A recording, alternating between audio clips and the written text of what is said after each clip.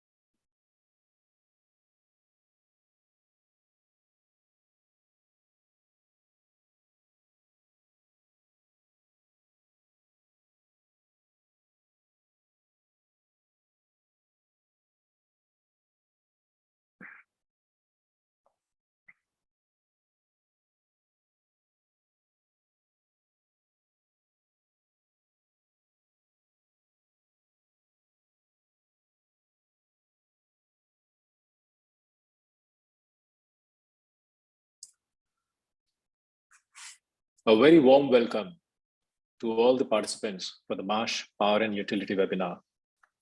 Very good afternoon. It's 4:01 and we start our webinar on time. We roll the slides. I know by this time everybody is aware of how to use the Zoom, but just a quick suggestion. Let's keep this webinar as interactive as possible. Throughout the webinar, you don't need to wait till the end of the webinar. You have an opportunity to raise a question anytime by pressing on a Q&A tab. If you want to speak, which we will encourage you towards the end of the panel speaker speaking, you could raise your hand and we will try and unlock your option to speak live. We will be running some live polls. Please do participate. It will give a collective learning of what's the view of the house over here. And we look forward to a very engaging and participating webinar. Let's introduce you to the panel.Myself, I'm Sanjay Kedia, CEO for Marsh India. I have with me my colleague Gautam Pant, who leads the power practice in India. And I'm very, very proud to have a very impressive set of our colleagues from the region in Asia. We have Graham Riddle. He is the practicing consulting leader for Marsh Asia on the climate and sustainability. We have Sisi He. She is drives the alternative risk transfer solutions for Marsh in Asia. I have my colleague Rajiv Arvind, based out of Singapore. He is a consultant and actuary analyst on the Marsh advisory team in Asia. So you would find that we have brought in quite a different set of colleagues bringing different perspectives on this whole issue of the challenge which the power sector is facing. Yep, next slide. Today we'll be having a lot of discussion around this whole ESG. What is ESG? What are the key challenges? We all are aware the power sector has a huge focus around low carbon or no carbon. Recently, our Prime Minister Modi made a commitment at the United Nations Climate Change Conference that India will turn net zero by 2070. Most developed markets have already made commitments around net zero at different time of their goals. And a lot of burden or a lot of challenge or a lot of transformation and a change will happen in the power industry. The movement towards less use of coal or no coal is very much here to stay. On the insurance side, Indian market has gone through a lot of challenges in the last couple of years. You are all aware as a user of insurance, the bringing of the IIB, a kind of a controlled tariff kind of a rate by the insurers and reinsurers in India, gave power sector a significant jump, almost 2 times on the low side to almost 4 times for many clients in terms of rate rise. That was sudden, sharp, and not market driven, but more driven by what Indian markets saw. But globally also, we are all aware, power sector and across all property sector, the premium rise has been reasonably high.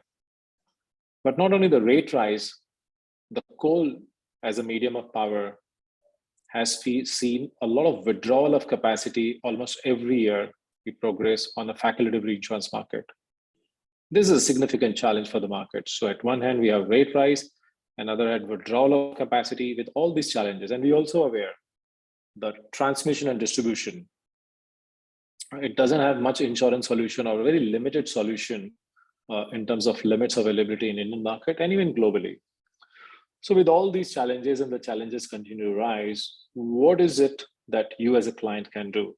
And therefore you had a very different and a impressive sort of a perspective on this panel you will hear today on how you deal with your risk issues. There will be conversations on the total cost of risk. What is your risk appetite? How much you should insure and how much you should buy insurance. There will be discussion over the new solutions coming in the form of alternate risk transfer solutions, parametric risk solutions, and we are actively working on a couple of very live proposals from the Indian market with our colleagues who are on the panel over here. What is this whole development around ESG? There's a lot of conversations to be had, and what are the solutions? Marsh is usually committed on the ESG for our clients because this is a theme which is bound to stay, and more so for a sector like power. So I'm very excited to listen to our experts, and more importantly, listen to your questions and comments as we progress during the webinar. With this, I hand over to my colleague, Gautam Pant, who leads Power Practice for Marsh India. Gautam, over to you. Thanks, Sanjay. A very warm welcome to everybody. So Sanjay has already introduced the panel to you. The flow of presentation that we have kept is today starting with the ESG, which will be taken by Graham. So our focus is all towards how our clients, or how as Marsh, we can help our clients transitioning to a more sustainable long-term solutions and how towards the ESG environment. This will be followed by CC talking about the alternate risk transfer solutions, which one of us is Parametric. She'll be dwelling upon how parametric solutions are being developed in the region and also being implemented for solutions which are not, where clients are looking for non-traditional solutions which are available in market. This will be followed by Rajiv Arvind switching on to from the analytics team, switching on to how analytics solutions on Marsh will help you select the optimal limits and optimal deductibles for your programs. This again becomes very important when we are seeing the markets going restrictive on their capacities or rising their rates. So with this, I'll just pull up the first poll question for our conference today. What do you think is the most critical risk impacting power and utility sector? Climate? Is it pandemic? Regulatory? Critical equipment breakdown? Manpower issues? Or issues with the financiers and lenders?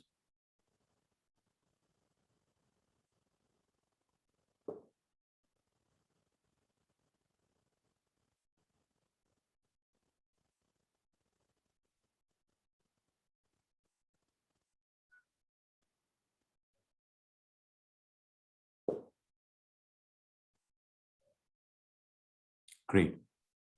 So as we all can see, pandemic, everybody has gone through this cycle for 2 years, and this is no more a very much concern area. And again, power being a critical resource, a critical industry, pandemic did not impact it much, but definitely climate is one of the top concerns for us, followed by regulatory and critical equipment breakdown.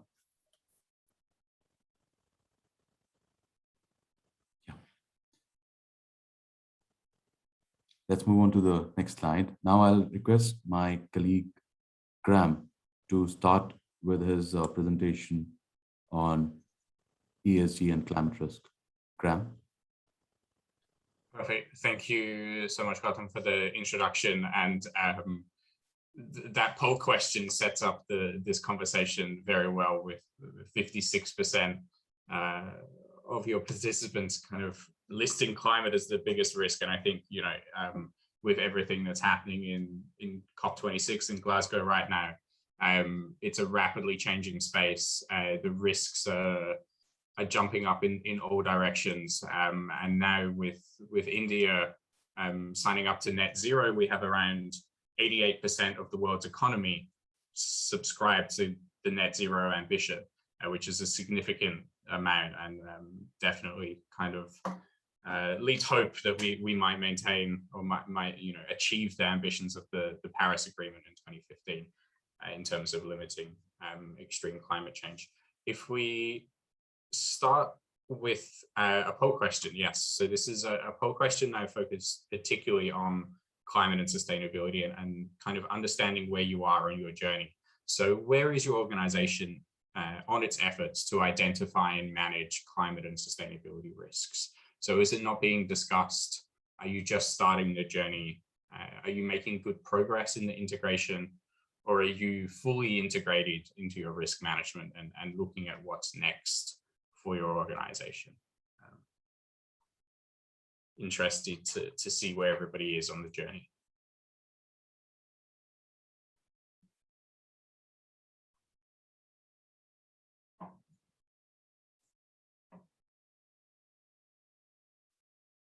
Okay, so I think that it's quite reflective of a lot at the moment, of kind of just starting and making progress as to where to go next. And I think the majority are definitely starting the journey. So good to see where we go to next, and everybody can always enhance how they're thinking around climate and sustainability risks. Thank you for that. Can we go on to the next slide? So I want to start off with laying the context around what is climate and sustainability, what is ESG, what is CSR, what are all of these acronyms, just so we have a common way of speaking about these risks and challenges, because I think that's really important. We go on. So to begin with, I want to say, when we think around ESG and sustainability, carbon emissions are just one piece of the picture. ESG is a holistic framework of kind of understanding how your company impacts on society, on the planet, and it considers multiple other environmental issues beyond carbon emissions in terms of water stress, pollution, what you're doing with your buildings. So a lot broader than just carbon emissions. But importantly, it's really critical to consider the S and the G. Particularly in countries in this part of the world, and India in particular, in terms of ensuring that we're providing good labor conditions, good places for people to progress and have job security and have access to good benefits and care and things like that. And the governance is really strong as well. The corporate governance is there, business behavior and corporate behavior is really strong. So I think it's really important when we talk around sustainability to really think holistically and not just get caught on emissions, although they are a significant factor and a very big material risk, particularly to this industry. If we go to the next slide.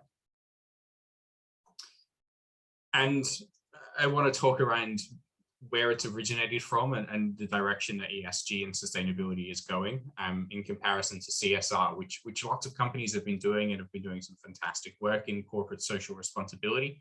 But we're seeing ESG kind of take over that element of a business's operations. And the reason for that is it's sustainability and ESG is becoming much more central to the strategic direction of a business. And it's no longer something that was sitting kind of parallel to what you were doing. You were doing some good things, but they weren't really relevant to your business. Sustainability in terms of how you progress and make profits, but also don't impact the planet and society, is now critical to how a businesses operate and their strategy and the risks that they face. And I think that's very clear when we see 56% of you rating climate as the biggest risk, that this is far more central to the C-suite and the board than potentially corporate social responsibility has been, sitting on the side as something we do, but not very central. Change slide. And some of the pressures that we're seeing. So this hasn't originated from scratch. What we're seeing is pressure from 4 different stakeholders predominantly. So investors are increasingly putting pressure on companies to act sustainably because they've seen that there are better financial returns in their own portfolios for companies that have good ESG performance. So they're now expecting that and increasingly scrutinizing where their capital is going in terms of what impact it's having on society and the planet. So investors are really increasing their focus on ESG.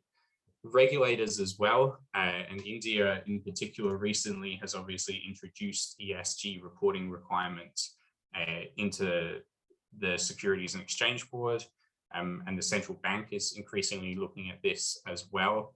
So there's a lot more regulatory pressure on understanding and disclosing ESG performance for companies. And on the flip side, because it's nice to talk about opportunities, not just risks, there's an increasing amount of sustainable finance products that are being kind of governed and regulated by entities that give better access to capital, better terms and conditions if one can, justify where the dollars are going, where the capital is being directed, or just how your performance is improving over time. And it can get one better access to capital. And I think about investors and regulators as the top-down pressure on a business, but customers and employees are the bottom-up pressure.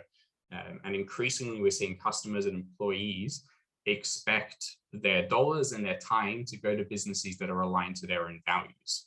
And this isn't just, B2C, this is B2B, and a big kind of stress point on energy and power operators who are increasingly finding pressure from big clients and, the users of their electricity to meet their decarbonization imperative and to shift how much carbon intensity is used to generate the products that the end users are producing and then selling onto the market. And employees as well. So increasingly employees are wanting to work for companies which align to their values, which align to their sustainability views.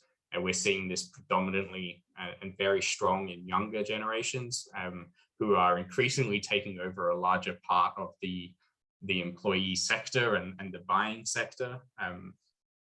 And we've also seen that kind of play out during COVID. So companies that had good ESG performance performed well financially. It performed better financially during the COVID pandemic across South and Southeast Asia. And part of that was their ability to better retain staff. So their colleagues and their staff wanted to stay in their companies rather than suffer the great resignation that many companies have kind of going through at the moment. And good ESG performance contributes to that. If we go on to the next slide. So I think that's the ESG and the sustainability context, and I hope that gives a bit of flavor to the broad elements and the broad pressures that companies feel on enhancing their sustainability performance. But climate change and climate risk is increasingly being separated from ESG and ESG management and performance into its own function within businesses. And one way of thinking about this is the kind of internal or CSR view, the what is my impact onto the planet, is the what is my contribution to climate change. The risk management view, or the outside in, the external pressure view, is what is the potential impact of climate change on my company. So it's not what you are doing to society, it's what the changes because of climate change are having on your own business. And that's really where it comes into a climate risk management perspective, and we need to enhance our governance and our scenario analysis and our risk management of these risks, because there are externalities that we might not necessarily be able to control. We'll go on to the next slide. And there's three main vectors of this climate risk to business: physical risk, transition risk, and liability risk. And physical risk is probably what we're most comfortable with and what we're most familiar with. And that's the kind of increasing frequency and intensity of extreme events damaging our assets and our supply chains and our value chains, and also kind of broader climatic trends that are changing when certain seasons happen, how early monsoon starts, how much rainfall we get over 6 months and 12 months. Those trends impact on the quality of assets and the performance of assets and the productivity of, say, agricultural land. But also the productivity of utilities lines. As we get more fluctuations in temperature, we will get less energy transmission across certain lines, and we will get increased wear and tear on certain assets as seasonal variations become more and more intense. So that's the physical risk, and we need to be prepared for that and start building resilience into our assets, because the climate that we designed our assets for is no longer the climate that those assets are going to be working in. So that really needs to be built in. The other element is transition risk. And these are the risks that arise from our shift to a low carbon economy. And as we move to this new market and we have new supply and demand requirements, there are going to be risks to businesses in terms of, does their business strategy still exist in a low carbon economy? How do they maintain access to capacity? How do they maintain access to insurance? All these types of questions. As markets shift to this net zero view, how do businesses react? And that's what we consider to be transition risks. And finally, if companies and their boards get either of those two wrong, don't manage those risks and don't disclose those risks appropriately, they might see an increase in liability risks. And we're seeing shareholders, activists, civil society groups increasingly taking organizations to court and being quite successful in terms of winning legal action against companies. And we're seeing that kind of trend increase. And as the regulatory requirements to manage and disclose these types of risks increases as well, it obviously opens up the liability side as well if they're not appropriately managed from a corporate governance perspective. And I just want to kind of use some numbers, so it's not just talking about overarching frameworks and principles. So we are seeing an increase in events impacting the energy sector globally. Over the last 30 years, this data comes from Munich Re. So the physical risks are increasing, particularly in this part of the world and in India, as you can see in that map there. So this isn't some hypothetical thing. It's happening already. We're seeing the losses mount up. So we need to start kind of building that into our asset management plans and our strategies there.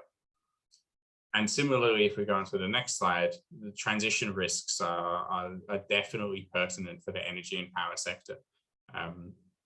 So as I mentioned earlier, we are seeing, this slide's a bit out of date. It's about more than 2,100 laws around climate change are now in place around the world. And that's a big increase from just 2015 with the Paris Agreement. There's a lot more carbon pricing mechanisms, which is changing the viability of different prices. And it's not just about what happens at home. We're seeing the EU bring in the carbon border adjustment measures and things like that. So countries and the EU bringing in policies like that will have a cascading impact on the world's economy and how carbon is priced and how commercially viable different businesses are. Obviously, oh, sorry, we go back just quickly. I'll be quick, don't worry. Just on the technology, we're obviously seeing rapid decreases in the levelized cost of energy for renewable energy products. I was reading yesterday as well that the price of capital for carbon-based energy has increased 10 to 25% in the last couple of years, because lenders are just no longer going in that direction, while the cost of capital for renewable energies is decreasing rapidly as well.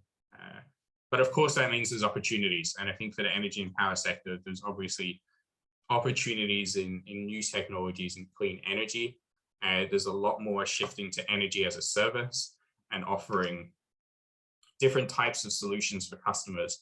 And as we see kind of rapid rollout of, say, electric vehicles, EV infrastructure, and the supply of energy and electricity to this type of infrastructure in a country like India is a massive opportunity for those who can succeed. If we go on to the next, so that's the kind of overarching principles and some of the risks and the opportunities that we see in the energy and power sector. And I just want to very briefly touch on a couple of the things that we're working on right now in terms of improving and enhancing performance in this space. So one of the things that I think, as I mentioned at the beginning, and one of the questions, the answers to the question in terms of we're just starting our journey, is we need to understand where we're going, where our gaps are, and how mature we really are in terms of our sustainability and our ESG performance and management right now.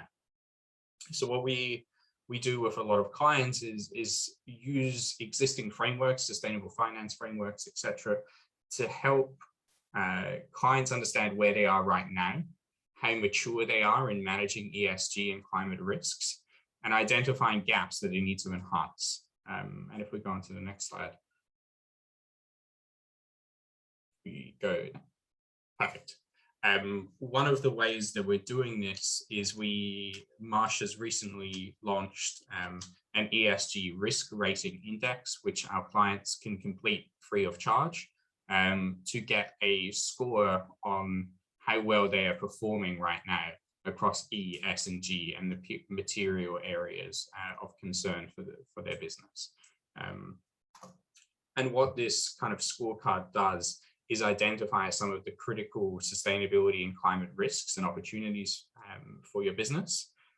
It can be used to kind of give credibility and evidence of how well you're doing right now. And we can use that in conversations with the markets in terms of demonstrating the commitments and the efforts that companies have already made to be sustainable, to act in an ESG sophisticated manner. And then internally, it gives you some really valuable information and a detailed understanding of your sustainability profile and areas to enhance. So over 1, 2, 3 years, as you progress from just starting the journey to fully integrated and looking at what's next, we can identify where we get the biggest wins and the biggest kind of enhancements in ESG performance by doing this. And as we mentioned earlier, there is pressure on capital in the sector. And one of the things we want to be able to do is help our clients demonstrate all the efforts that they're already making in sustainability in the most transparent, effective way we can. And this risk rating tool will do that in a very quantitative manner. And we're very active in helping clients, fill this in and complete this and do as well as they can and improve their score year on year. And then, use that in our conversations to get as much remaining capacity as we possibly can, because we can understand that we can't just, turn the lights off on coal power. So we need to be conscious of demonstrating how well a company is performing across the full gamut of ESG issues to demonstrate that to the insurance markets and potentially, increase our chances of getting capacity and getting better terms and conditions on that as well. We go on to the next slide. And on the climate related risks, climate risk management is an emerging priority and it's immediate now. As I mentioned, with so much of the world's GDP now signed up to net zero, these risks are very, very real. And in this part of the world, the physical risks we can't escape. We're the most exposed and the most vulnerable region in the world to the physical risks of climate change. And we need to, be more resilient in how we design and operate and manage our assets, especially for critical infrastructure assets like energy and power. The dependency, the societal dependency on these assets is huge, and we can't lose sight of the critical development steps that we need to take within India and South Asia. The power and energy and utilities have to play that role. So some of the things, just for kind of areas that I think companies can focus on in terms of getting an understanding of their climate related risks and better improve the management of them, is set up an analysis framework, start understanding what the climate risks and opportunities actually are and integrating them into your enterprise risk management frameworks. TCFD is the internationally recognized standard for climate related risk management and disclosure. And I do recommend kind of using that as a basis for understanding what are the physical, transition and liability risks for your business. Second, really important to raise internal awareness on risks and opportunities and start delegating roles and responsibilities to key management to own these different risks and opportunities. And training is really important as well, because I think when I speak to particularly energy and power clients, speaking to the asset managers, speaking to the engineers, that's where we can find opportunities to do things better. And understanding the pressures of climate change and letting the engineers come up with solutions is one of the most powerful things we can do. So enhancing the internal awareness and training of employees to deal with these risks is vital. The third on the list here is perform scenario analysis. So start understanding what are the long-term risks to your business. And then Rajiv can help you calculate the total cost of risk and how to optimize that over time.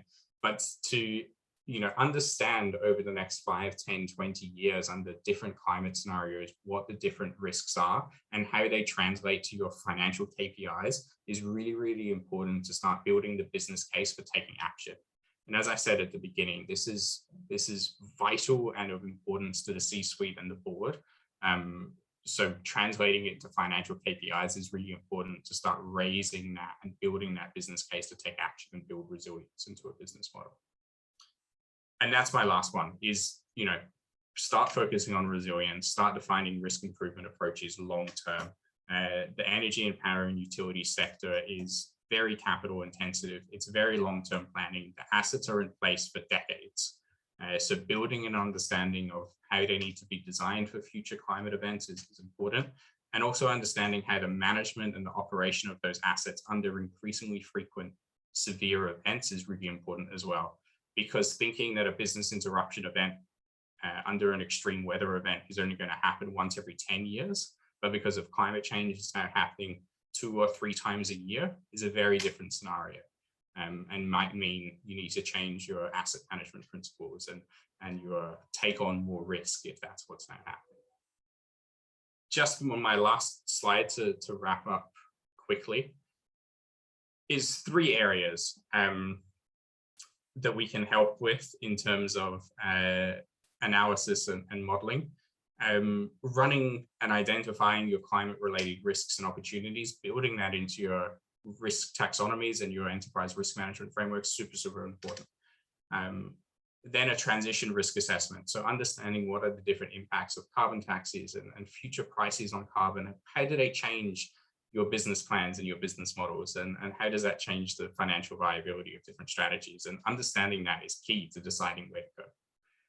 And finally, start taking a detailed look at how climate change might impact on some of your assets and understanding how it might impact on the performance of them, the longevity of them, and the operation of them. And that's something at a portfolio level, at the whole network level, as well as at the site level. And there are different views that need to be considered. So I look forward to taking your questions at the end, and we'll pass back to Gautam. Thank you. Or to Cece if she's going straight away.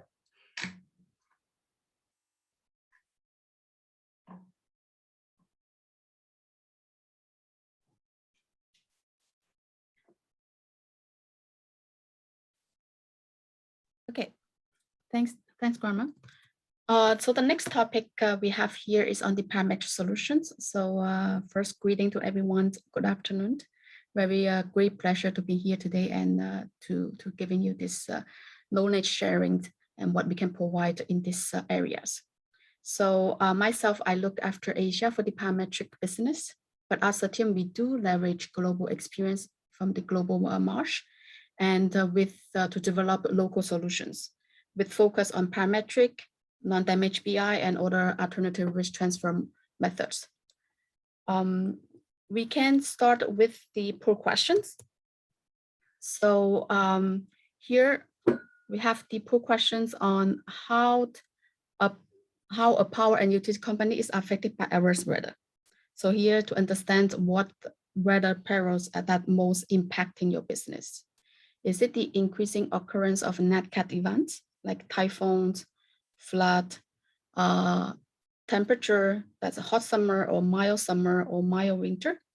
On the rainfall, not enough rainfall or too much rainfall, and lack of wind and lack of sun for the renewable energy. So let's wait for a few minutes on these questions.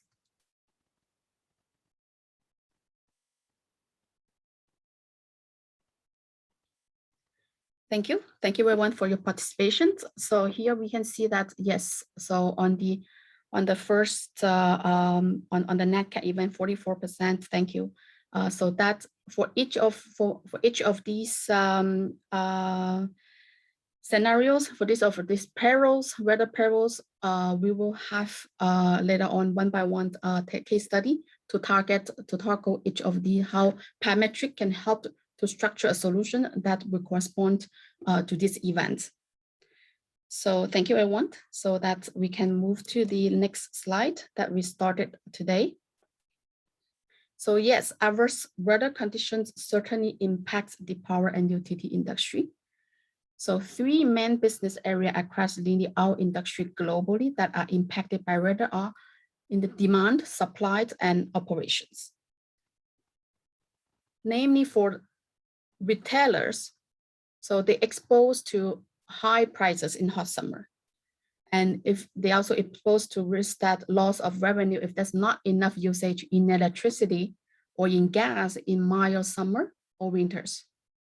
And as for generators, if there's lack of wind, not enough sunshine, that will lead to a reduced productions for solar farms or wind farms. In terms of for the consumers, that's manufacturer facing blackout, delivery shortfalls, and high prices. And for distributors, they will face, when they face storm or the adverse weather conditions, they will lose revenue due to the supply shortfall. So can Parametric help in these scenarios? Yes, Parametric solutions can be designed for each of these exposures. But Parametric weather solution is based on net cat events, on temperatures, on rainfall, on wind speed, on sun irradiance could be designed, but these are subject to availability of reliable and verifiable third-party weather event data, either is on the historical and the future, and also is subject to regulatory product approval in India. So I would like to give a summary on some highlights why traditional insurers want or can't insure the net cat exposure to the T&D assets before we jump into the parametric. So some highlights here of in the traditional insurance market. For T&D assets, often it's very difficult to value and difficult to quantify. And it's also very challenging for the traditional insurance to model and in setting the prices and structuring the deductible and limits that the client portfolio would need. And also for in the T&D India market, it is we've observed that there's limited capacity to provide to the net cat exposure in this industry. And also insurer is not able to provide more information than needed. So that also makes it difficult to obtain more capacity or to be insured from the traditional market. So we can move to the next one.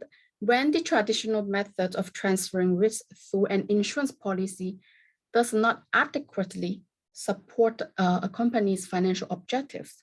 So organizations are nowadays are being more proactive in exploring other risk transfer options and making conscious changes to the way how they manage and finance and transfer risk. So Parametric Solutions is reaching a new level of popularity with clients today because it's a new form of risk transfer. It is different from the traditional property coverage in that it issues a set payment upon occurrence of triggering events. And this triggering event is predefined and pre-agreed between the client and the insurer, such as triggering on occurrence of windstorms or triggering of rainfall index, for example. So some of the characteristics of a solution in parametrics that compared to traditional insurance, they're quite different, but it's quite, they are the key characteristic and the key benefits for the clients is that in parametric solutions, payout is not limited to property damage requirement. So payout can also use largely to cover the non-damage BI. And it does not require any property damage. So second, if you have the indemnity proof of loss, that might not be required or is much more simpler. And deductible and limits, they will have a much more pronounced range and impact on the pricing. So the rate on limit, that's usually how we will see the pricing in parametric that's related to the limit that a client is designed to purchase. And require, and now parametric solutions, it requires a very comprehensive analytical approach to define what the coverage fit and terms that tailor to the organization's risk profile. This will go into more details in our case studies.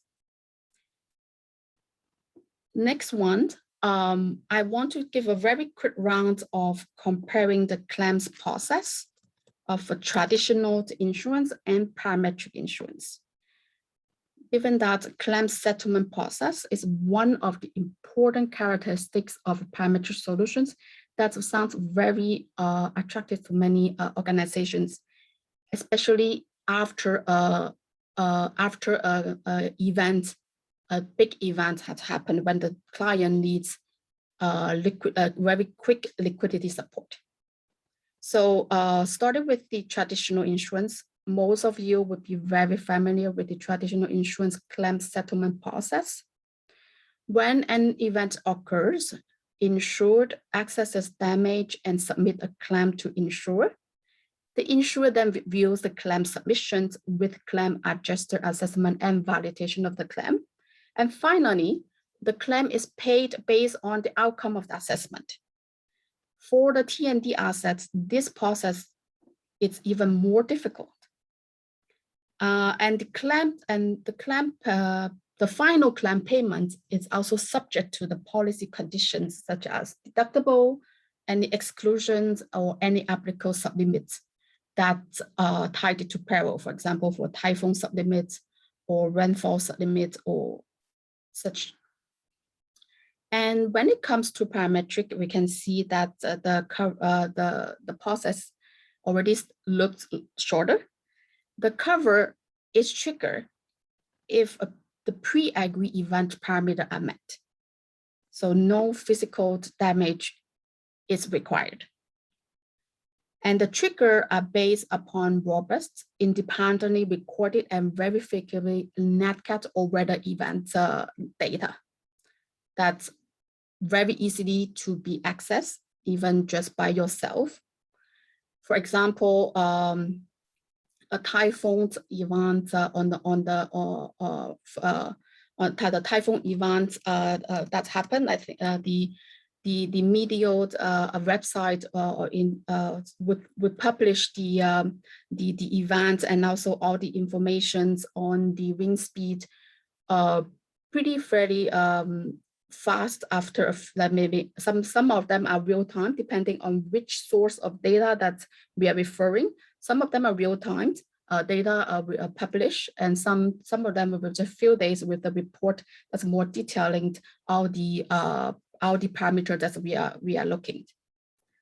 So so then we can go to the next page now. Here is a table that comparing the traditional and parametric insurance, so that we have already covered most of these in the previous slides. So I will very touch lightly on these ones.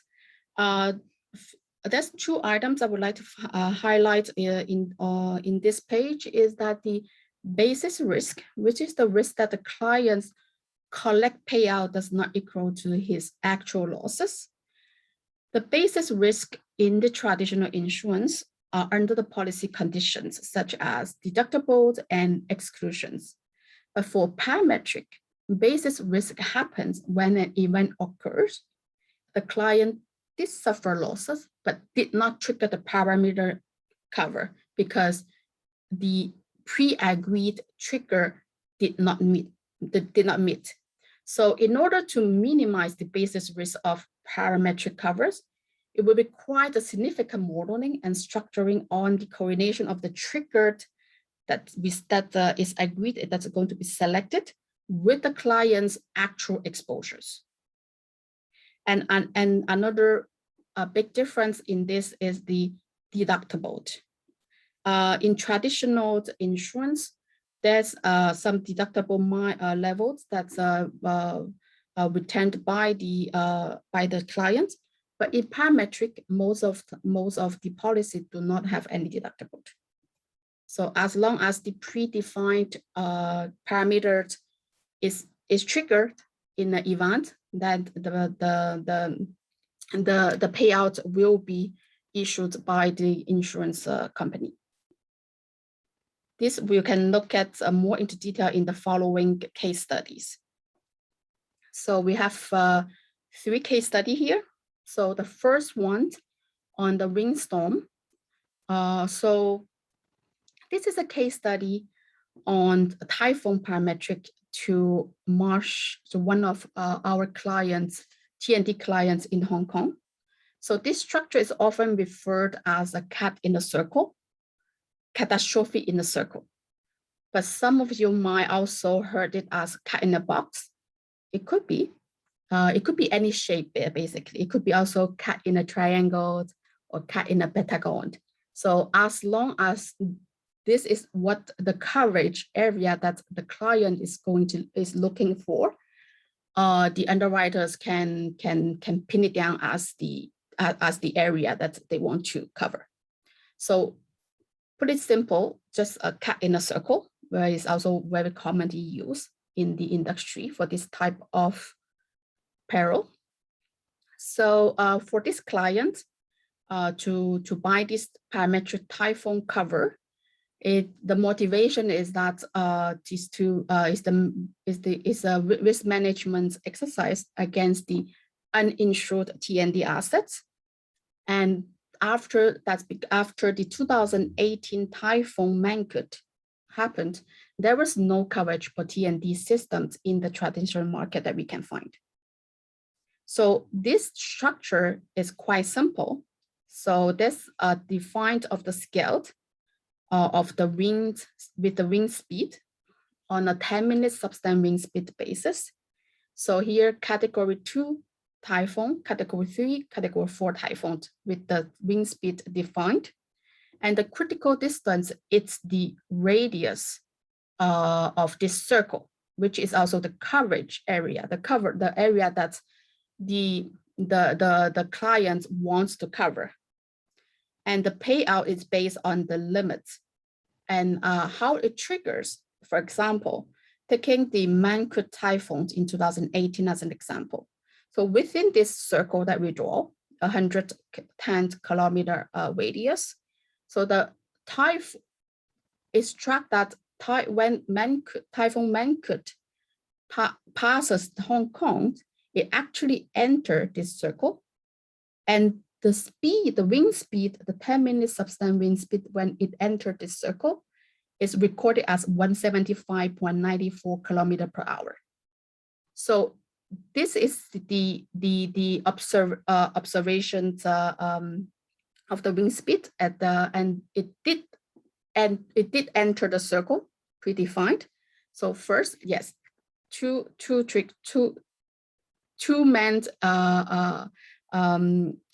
things to look at. First, when it passed by Hong Kong, did it enter in the circle? Yes. In this case, yes. And then second, when it entered the circle, what is the speed? What is the highest speed that it is in the circle? So in this example, it is categorized as a Cat 3 typhoon. So then it enters the circle, Cat 3 scale of typhoon, payout would be 50% of the limit. So if, for example, the client's policy limit is 100 million Hong Kong dollars, the payout for this event, if a similar event happen in the future, would be 50% of the limit that they purchased. I think this one is quite a simple structure for this windstorm cat in a circle. And next one, we have a study case on the rainfall. So rainfall usually is the solutions, is the index that we use to protect the flooding events happens in the regions. So here is an example structure to just show it how it would work and how it would trigger. Is, for example, that normally we will pre-agreed on the locations where they would select it for the protections. For example, if that, pretty simple, if there's only one location that the client wants to buy this cover. So with the latitude, the longitude of these locations, there will be there will be the rainfall data that's recorded for these locations. So for rainfall, the protections is going to against for this one, it's going to be against the not the flood, but not enough rainfall during a year. So for example, if the client is selecting attachment of 1,600 millimeter attachment, what that means is that payout will be triggered if if in 1 year the total rainfall does not exceed 1,600 millimeter for a certain year, for future years. So from the diagram, from here the graph, so the maximum payout is somewhere in after 1993, let's say 1995, for example. So that's based on the chart here, it will be about 600 millimeter shortfall. And as predefined and pre-agreed, the payout would be based on $100,000 per millimeters shortfall. So that will trigger a payout of 60 million. And of course, here, as we can see, that historical data analysis is the key to develop optimal weather index. So, so here is where we also add a lot of value. What should be the payout be per millimeters or megawatt shortfalls? This is the question that's very key when we're structuring parameter solutions. That's where also the underwriter and Marsh together that would propose after analyzing the past historical rainfall data. For example, for the NASA ERA 5 data, normally on the weather, that it has more than 40 years of data on a daily basis, on an hourly basis. So how to set up the trigger will also be a study for the underwriter and Marsh ART together to study the coordinations between the trigger levels and the losses that the risk profile of the clients will likely to have. So quickly go to the next one. Next one, it's next one, it's a sample parametric structure for lack of wind, but also applicable to lack of sun. So a bit of the background that's why these products becomes viable in the market is that study shows that productions or revenues tend to track very closely the fluctuations in wind movement. So correlations can range from 80 to 95%, which is a quite high range. So this high correlation is acceptable by most of commercial lenders and the market as well. So, which implies that fluctuation in wind volume alone can cause up to 30 to 50% of annual variations for a project, for wind only.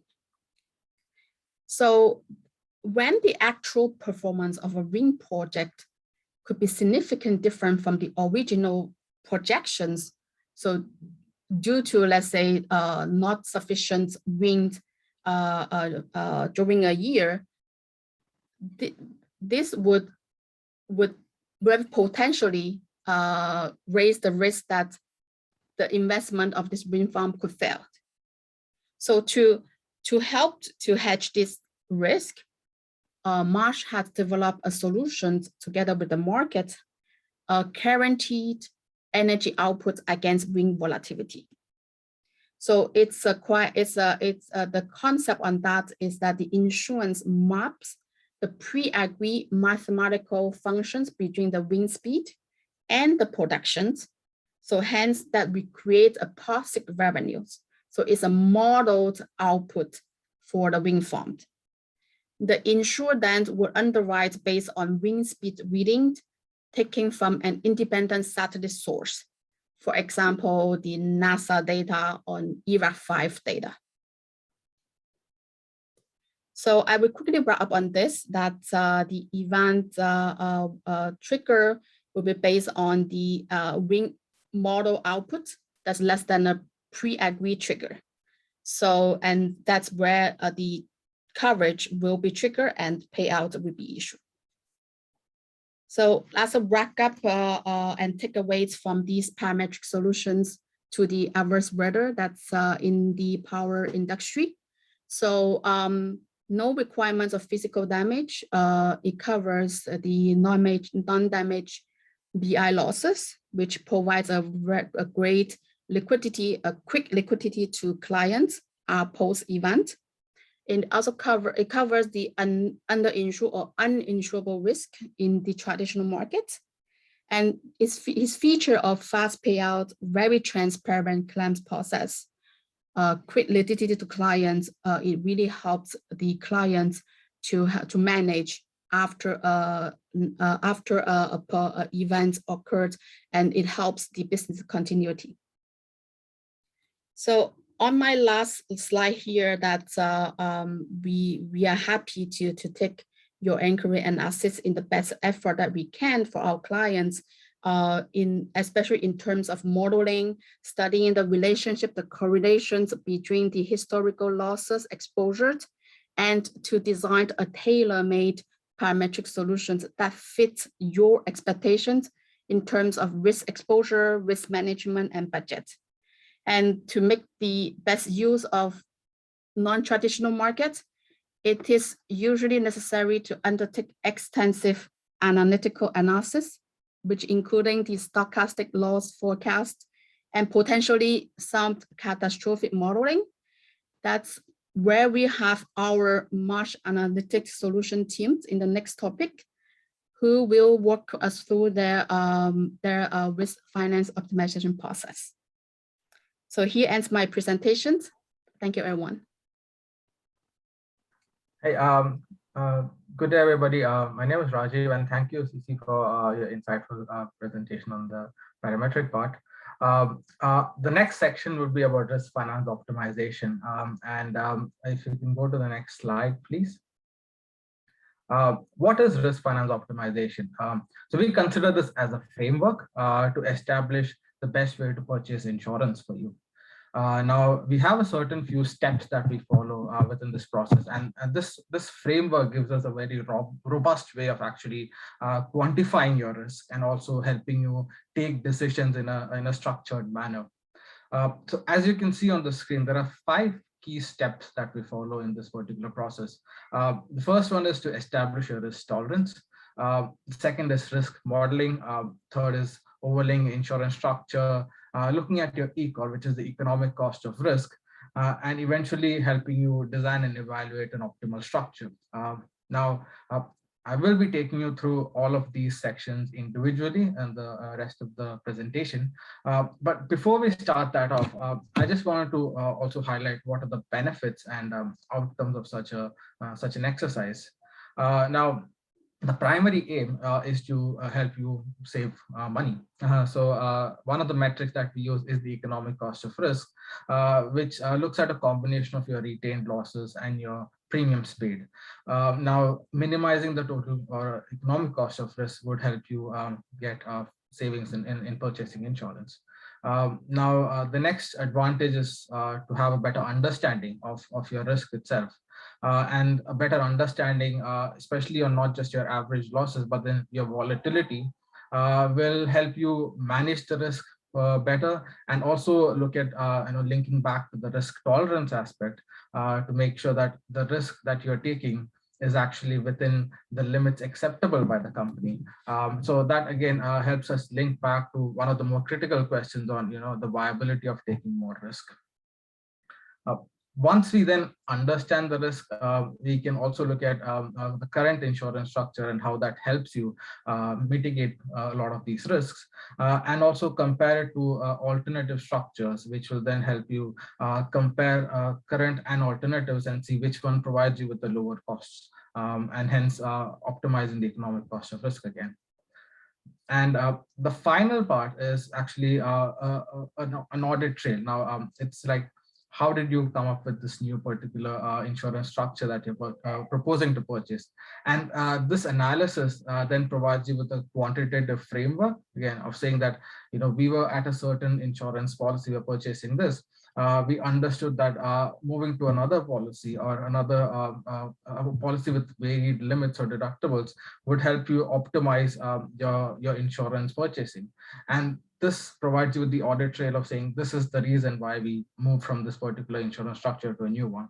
So these are, again, this is not an exhaustive list of benefits, but these are the things that we usually come up with, clients coming back to us and saying this is how it helped them. Now, moving on from this slide, the next part of this presentation would be taking you through step by step of these 5 parts of this framework that we use. The first part is your risk tolerance. Now, what is risk tolerance?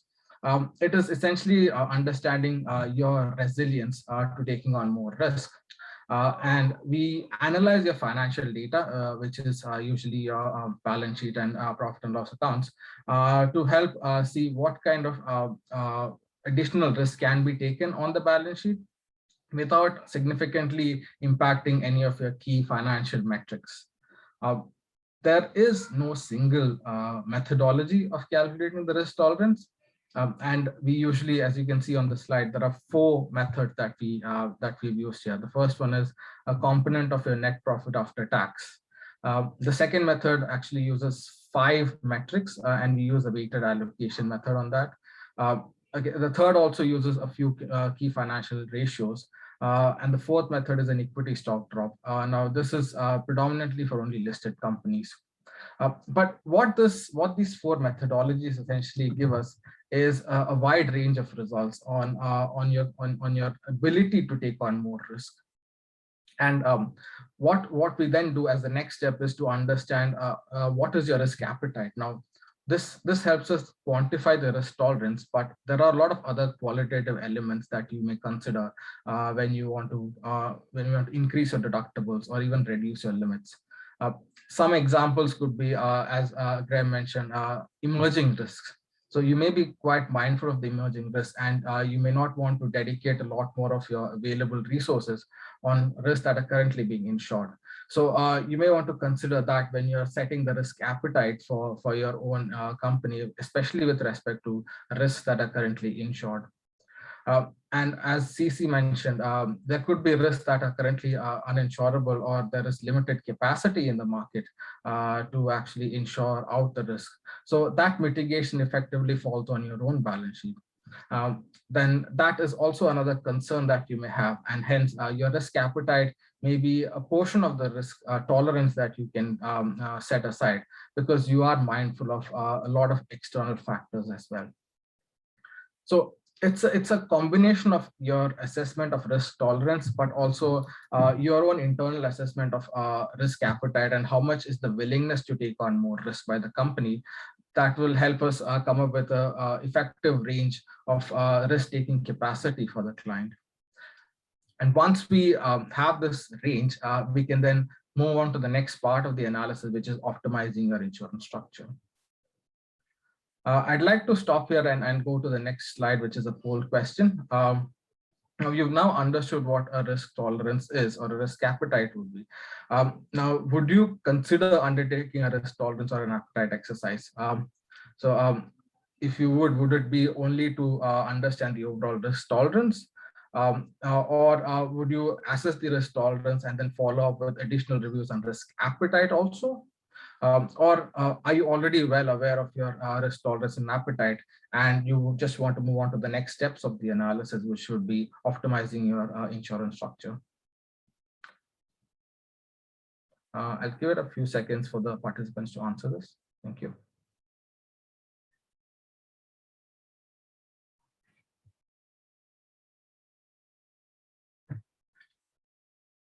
Okay, thank you for your responses. An overwhelming response on yes on both risk, appetite, and tolerance. This does give you, this would give you a more holistic view on assessing your risk capacity, and thereby moving to the next step of going into optimizing your own purchasing of insurance. If you could go to the next slide, please.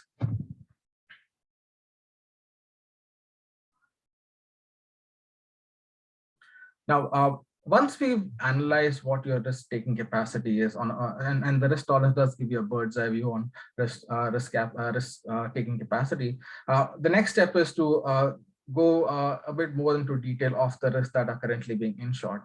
Now, the first step is to quantify the risk. This is where most of the actuarial analytics come into the picture, wherein we are trying to quantify risk that is which is very volatile in nature. So we use loss distributions to help us come up with metrics or even the range of results required to help you take the decisions. Some of the key inputs that we need for this is your own individual loss data. Historical losses still do provide one of the best estimates to understand and predict losses for the future. The next step is if there is inadequate data internally, we could also look at Marsh's own databases which we collect and see if we can use any anonymized data from peers which would be used for the analysis. We also purchase external databases as well, which could be used for the analysis. A third step would then be for the more hard to measure events. Now, this would be, again, any natural catastrophes or even man-made catastrophes for that matter. We could use a scenario-based approach or use a natural catastrophe model to come up with the results for these very extreme events. Once we analyze these extreme events and also the more frequent events, what we then get is a distribution of losses. And we aim to split it between the retained loss portion, an insured loss, and an uninsured loss. And the retained losses are the ones that are more frequent in nature and where there is more stability in losses that are coming in. So there's less volatility in these losses.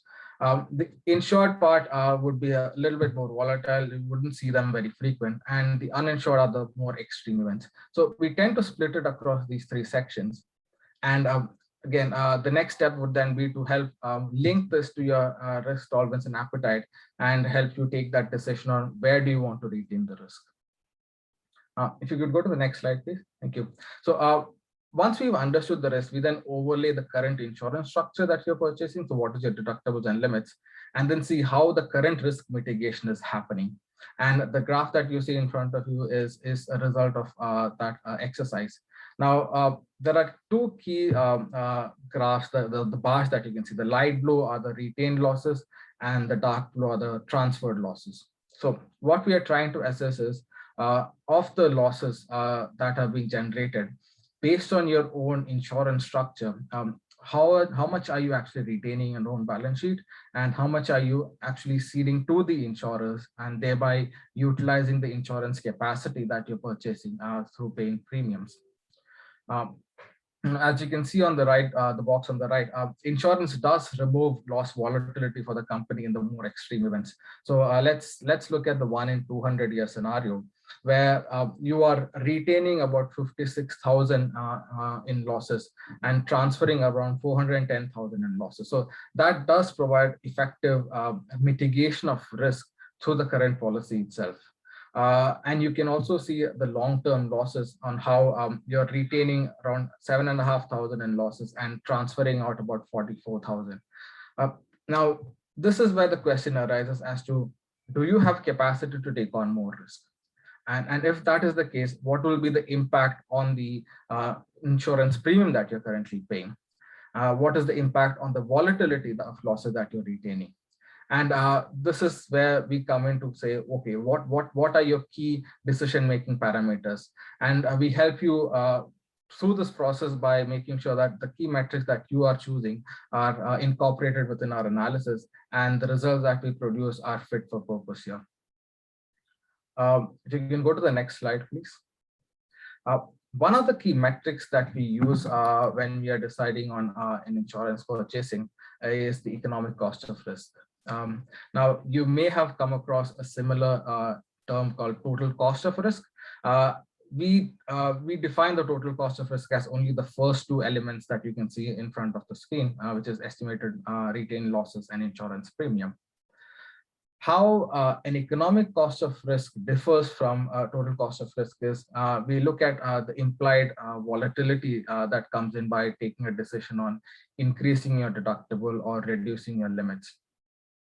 Now, the e-course provides a more wider or a more robust mechanism to help you assess your risk, and especially in the scenarios where it is you're unable to acquire full coverage or the limits that you hope to buy.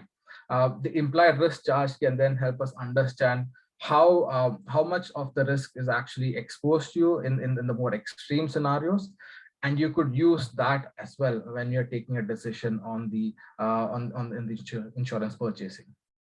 Now, if you don't have this concern on limits being or insurance capacity being low, you could always look at the other parts of the e-core, which is retained losses and insurance premium.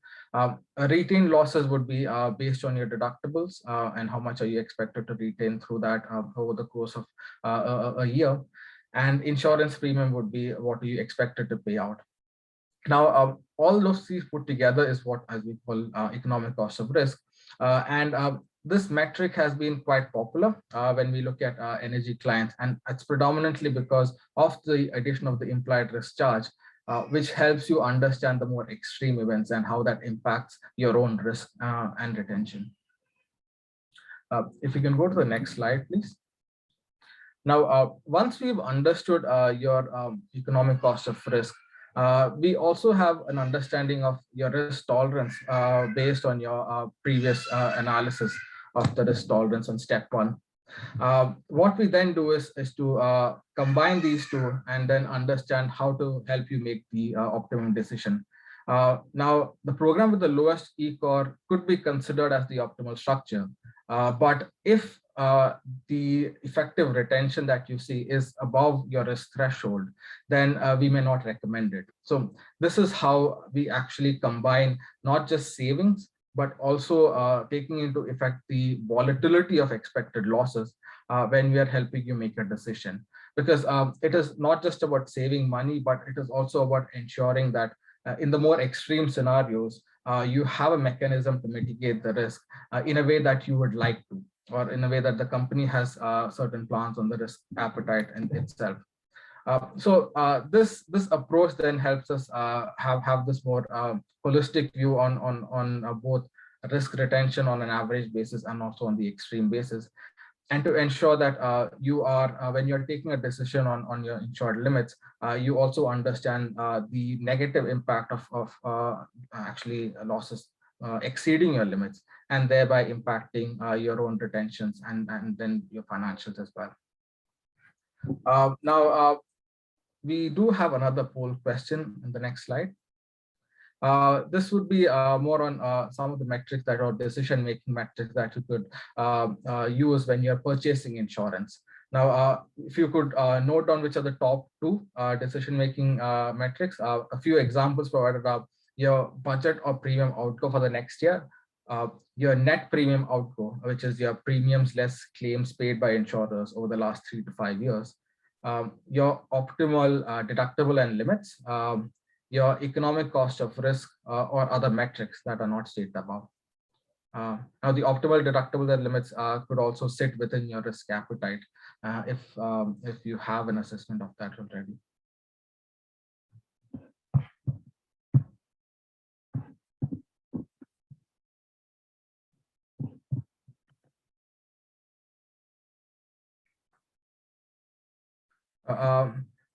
Thank you again for all the replies. The economic cost of risk is rated as the most the top decision-making metric with 41%. And we do see this with a lot of our clients where there is a very good understanding of not just reducing your premium outgo, but also on increasing deductibles and how that effectively impacts the risk retention. But we also know that it is actually quite a volatile decision-making process. I mean, there are multiple stakeholders involved, and there are a lot of near-term and long-term goals. So all of these metrics do provide effective ways to purchasing insurance or deciding on it. But we do hope that whichever one you're choosing or whichever one you use for the company is something that we will incorporate in the analysis to help you make the right decisions.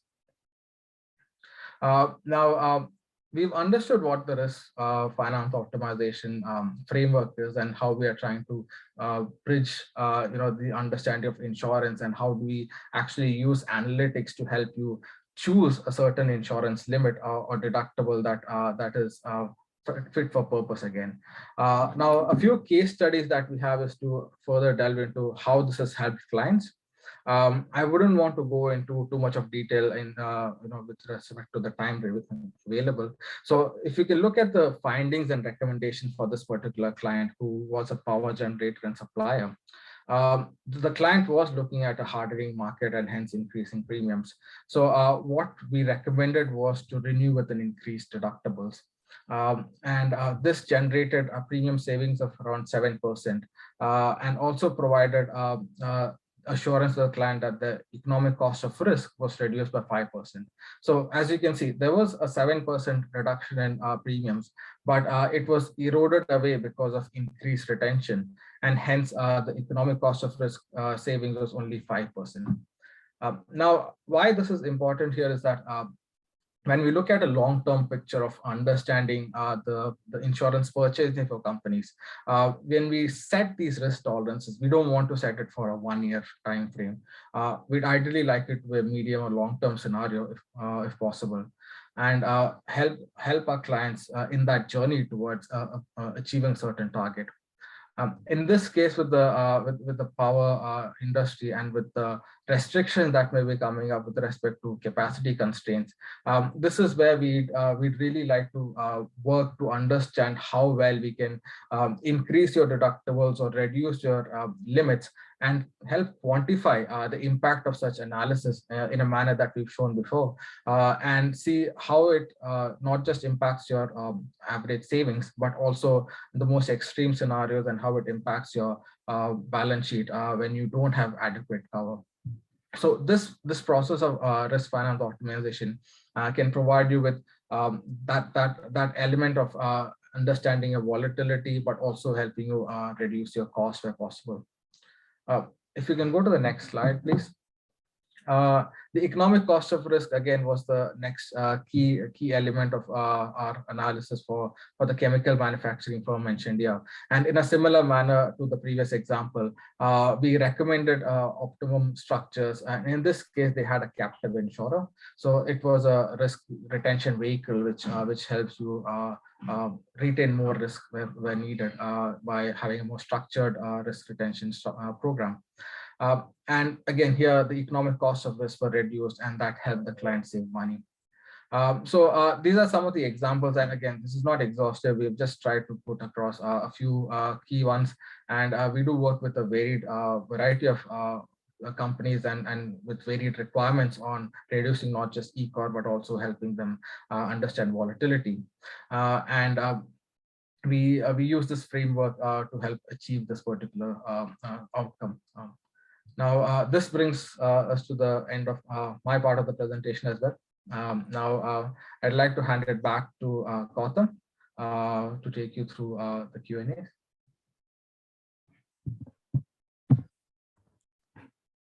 Thank you all the speakers today, Graham, Sissy, Rajiv. Can you scroll the slides, please? So before we move on to the Q&A session, let me make this evident. We have started this knowledge sharing series for our power clients and other industry clients as well. In 2020, we did some webinars there. We have started the series again this year. This is the first for this year.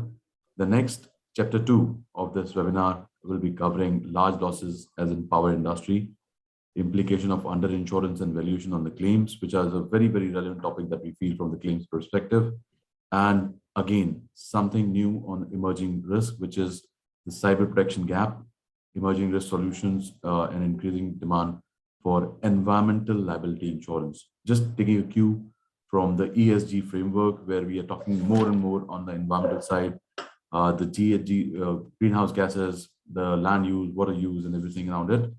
So this environmental liability insurance will definitely form, is something which our clients have started already talking about it, and probably is the need of the future, if not a very recent present. Now, I would like to move on to the panel, and we would like to take the questions. In the panels, we also have now Adam Russell, who is the retail placement leader for Marsh Asia, and we also have Benjamin Chang joining us. Ben is the power and utility leader for Marsh Asia. So we have certain questions already coming into the Q&A tab. Adam tried to answer some of them already. I would like to direct some questions to our panelists here. So Ben, one of the questions that I can read through came from Amit, which says, what's the future of coal-based power plants worldwide and in India? Would like to take that? Yes, it's really like a billion-dollar question. I think the end, the direction is pretty clear, that the end they want to reach to is to wane off fossil fuel. So and coal seems is like the first target, right? And so the direction is that we're going to see coal plant struggling, and there'll be commissioning, decommissioned much earlier. But what we need to remember is that the whole discourse about this energy transition was really now dominated and led by the developed countries. And the transition is not as smooth as what people think. It's not going to be as quick. It's going to be chunky. We're going to find a way. The pathway to it will be many and varied. And I think the one discourse that's coming out is that it has to be a just transition, especially for developing countries. So I think Asia, we are in a very unique position because of the various country scenarios. So I think all I can tell is that it's going to be more and more difficult, coal plant from all areas. But I think there is a lot of mechanisms being put together by various, like for example, ADB has a transition program. The idea is, right, you have to, which is what Graham was saying, is that you have to equip yourself and create a story around your transition in order to keep you access to both capital in terms of lenders and capital in terms of insurance. So these are the things that that you have to prepare, right? If any of you is running a coal plant, is right, you have to start working and asking questions, right? Because if an unabated coal plant, and especially if you're a single project, right, you're going to face a lot of challenges. Completely agree. And just to add to it from the India perspective, out of 234 gigawatt of thermal capacity, which is installed in India right now, almost 55% comes from coal-based. It is near to impossible to just switch on to other resources as in the next 5 years. Probably, with that thought in mind, the Prime Minister of India also decided for a net zero target of 2070. So we need this, as we are talking about transition, a very smooth transition and a very sustainable transition is required to happen. So that is what we can talk about the future, but yes, let's see how it goes. To Adam, we have a question from Mr. Puneet Panchal. You want to understand about net cat bonds and their effectiveness and ability. Yeah, thanks, Gautam. I think natural catastrophe bonds, or nat cat bonds, have proven to be very effective for large government purchasing requirements. We don't see as yet individual risk purchases of cat bonds in the main. due to cost. They access the insurance-linked securities or ILS market, and the cost of setting up and establishing a cat bond has ultimately deterred a number of individual risk buyers. We do see both kind of governments and or government-linked NGOs purchasing nat cat bonds, and they do effectively provide, in a similar vein to parametric cover, access to capital and liquidity post-event with relative speed. So it is a vehicle that is used, but the costs have generally made it prohibitive for individual risk buyers to consider as an alternative risk transfer strategy. Agree. So another question from Mr. Panchal was regarding parametric solution availability against contractual obligations. CC, any views on that?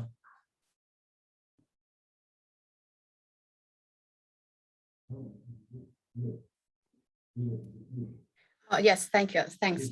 So the question relating the availability of solutions to other areas. So I want to just remind one key characteristic of the parametric solution is that the trigger are based upon independent data. So the key items here want to emphasize for a parametric solution to be structured, it needs to have the ability to develop an index-based solution that coordinates well the exposure. So therefore, we will reduce the basis risk. So, so that's also mentioned that it's based on very reliable and verifiable third-party data. So whether the data is available or not, whether it's a reliable source or not, and the data, the correlation of the data, historical data, and the availability of the future data to verify the trigger of the parametric solutions, it's the key item that determines whether we can offer parametric or design parametric to, for example, the contractual obligation on contract bidding. So I think it's more on this item that would determine whether it's available or not. Great. Another question, let me just wrap up parametric first. Another question came in from Sayat on parametric insurance. So Adam, the question reads like, so in parametric insurance, only trigger points are essential and not the exact cost of reinstatement or proof or extent of loss. Your views? Yeah, thank you. Ultimately, an extent or proof of loss is sometimes required depending on the type of product you are purchasing. In other events, it's the third-party weather station or the third-party independent verification assessor that will determine whether a payout's made. So in terms of the trigger points not necessarily being the exact cost of reinstatement, that is true. When the parametric solutions are not determined by the cost of reinstatement, pricing is determined by the limits purchased and obviously your geographical locations, right? And propensity for loss, right? And are there additional deductibles applicable?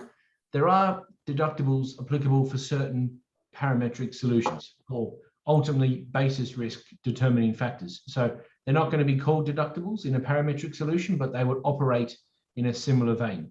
So it could be flood waters above a meter. So anything below a meter, you could call for the benefit of traditional covers your deductible. So there are similar things, but not officially called deductibles when you put together a parametric solution. So it can be said like it is more of a derivative solution rather than a traditional insurance product when proof of exact loss need to be put forward.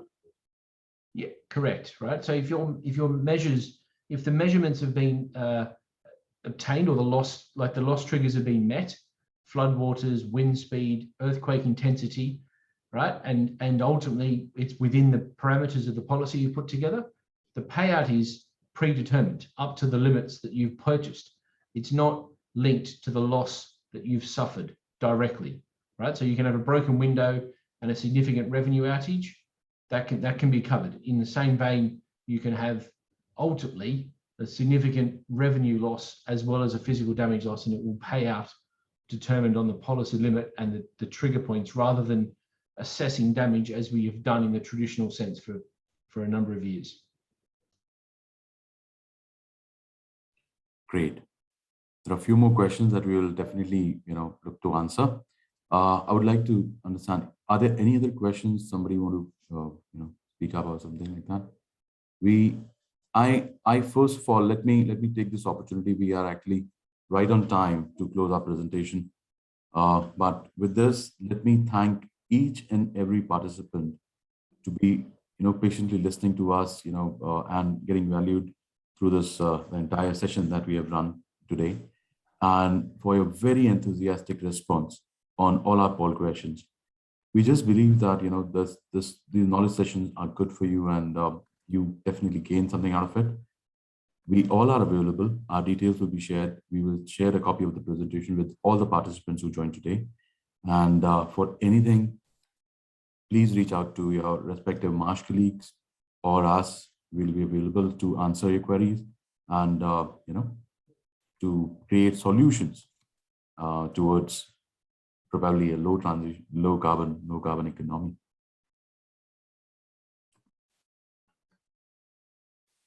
With this, I think, thank you for staying with us. We are right on time. Thanks a lot, everybody. Thank you. Thank you, everyone. Have a good evening. Thank you.